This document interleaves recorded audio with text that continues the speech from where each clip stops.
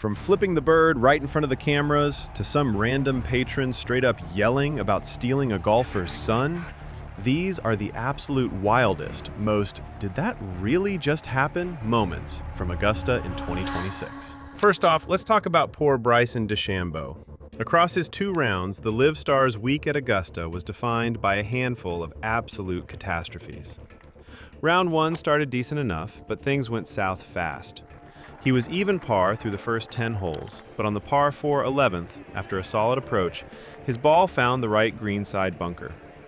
What followed was pure comedy of errors. Bryson took a swing, and the ball barely moved, staying buried in the soft sand like it was napping.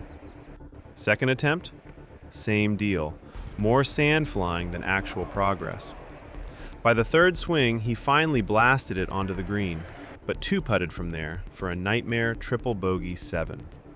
That one hole dropped him from looking solid to 3 over in a flash, and he couldn't recover. He added another bogey on 18 to close out a disappointing 4 over 76. Then came Friday, and it didn't get much kinder. He made 4 birdies and 3 bogeys through 17 holes, and arrived at the 18th at 3 over for the tournament, safely inside the cut line. He hooked his drive into the trees on the right, punched out nicely into the front left greenside bunker, and the nightmare repeated. He left one shot in the sand, then watched his next shot catch the false front and roll all the way back down into the fairway like it was on a water slide.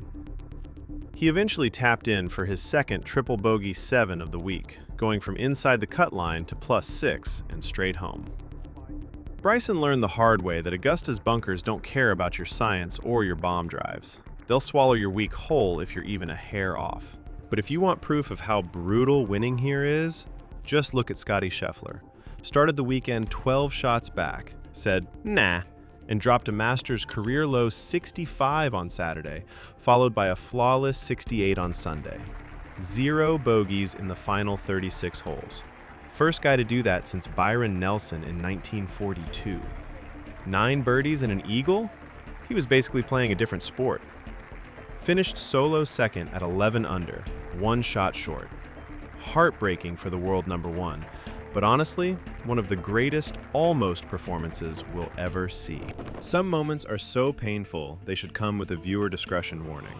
In the final round of the 2026 Masters, Cameron Young came in tied for the lead and looked like he had a real shot at his first major, but it started slipping away right from the jump, immediately dropping his share of the overnight lead. Then, on the 7th, he made another bogey, chipping away at that early 2-shot advantage he'd built through the 6th. But the real beginning of the end came on the 9th. His tee shot flew deep into the trees, and unlike the lucky kicks he'd been getting all weekend, this one stayed buried. He punched out, but the ball landed smack in the middle of a big divot. Forced to gouge it out from there, he left himself 38 feet for par, 2-putted, and walked off with his 3rd bogey in 4 holes. Oof, that one hurt. The back 9 was pure heartbreak in slow motion. Young didn't make a single bogey there, but he also didn't make a single birdie. He hit 7 fairways in a row, had birdie looks on pretty much every hole except the 18th, and watched every single one of them slide by. Cold putter on a day when he needed it to heat up. Brutal stuff when you're that close to slipping on the green jacket. Now for the fairy tale redemption arc nobody saw coming. Rory McIlroy showed up looking like he was playing a different sport. He opened with a solid 67 in round 1, fighting through some early inconsistency before ripping off 3 straight birdies on 13, 14, and 15 to grab a share of the lead. Then round 2, absolute dominance. A flawless 65 where everything clicked. Driving, wedges, the works. He capped it with a spectacular chip-in birdie on 17 and walked off with a record 6-shot lead after 36 holes, the largest in Masters history. It felt like a coronation was underway. Saturday, though? Total roller coaster. Rory's massive cushion vanished in a flash as he battled a bad swing flow, hitting draws and pull hooks all day. He played Amen Corner at 3 over, and things got so frustrating on the 13th that microphones caught him muttering, "Oh, I got lucky," after a wayward tee shot. He shot a 73, +1, and suddenly found himself tied heading into Sunday. The 6-shot lead? Poof, gone. But on Sunday, the man flipped the switch when it mattered most. He started with a bogey on the first, then things got ugly on the fourth. He pulled his tee shot into a bunker and three-putted from inside 10 feet for a double bogey, falling 2 shots behind at one point. Another bogey on 6 after missing a 12-footer didn't help. Early crisis mode.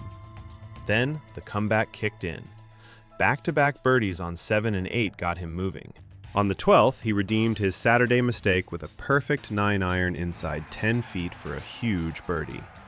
He steadied the ship through Amen Corner and hung tough. The final scare came on 18. Drive sailed into the right trees. Patrons had to scatter. He recovered into a greenside bunker, then hit a smart chip to set up a closing bogey that sealed the deal. Rory finished at 12 under, 276, with a final round 71, beating Scottie Scheffler by a single stroke. Back-to-back green jackets.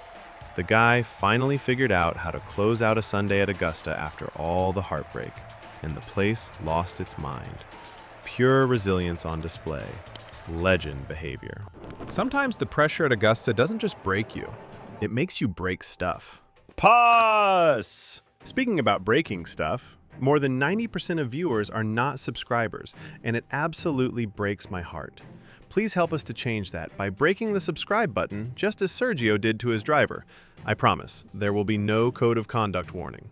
Now, let's get back to the video. Exhibit A, 2017 champ Sergio Garcia. Bogey on the first, steps up on the second tee, and absolutely yeets his driver into the turf.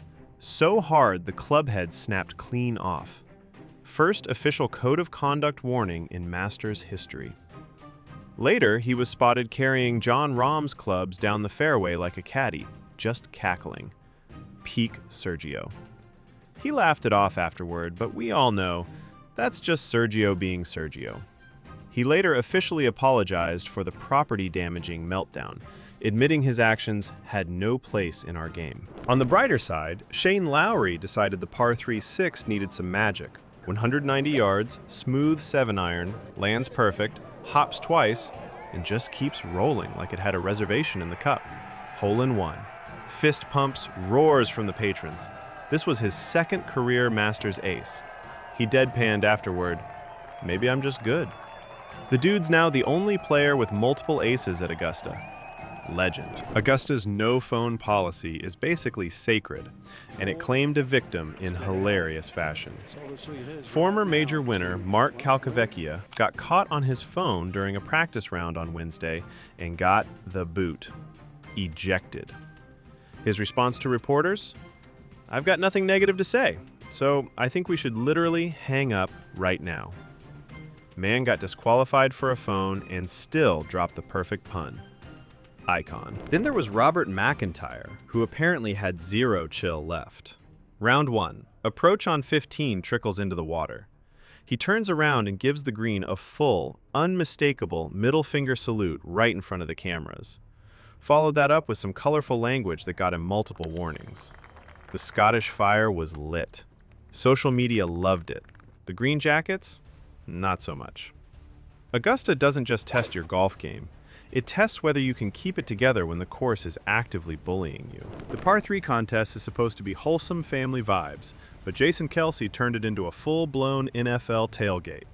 Dude shows up in full caddy gear, hauling a cooler of 18 sandwiches, and proceeds to take wild hacks, including one that flew the green completely.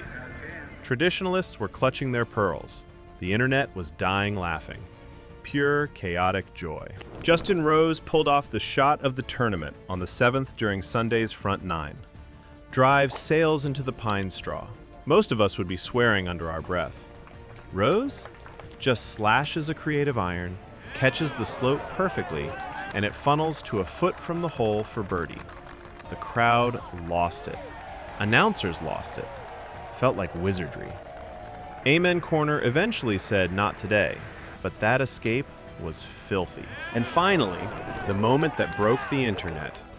During Rory's third round collapse on the 17th tee, some absolute legend of a patron screams, "Give me back my son!" mid-backswing. Straight out of the Mel Gibson movie Ransom. "Give me back my son!" Rory was rattled, and it added to the Saturday woes. But the "Give me back my son" chant became an instant meme anyway. Augusta's polite silence got absolutely violated, and honestly, we're all better for it.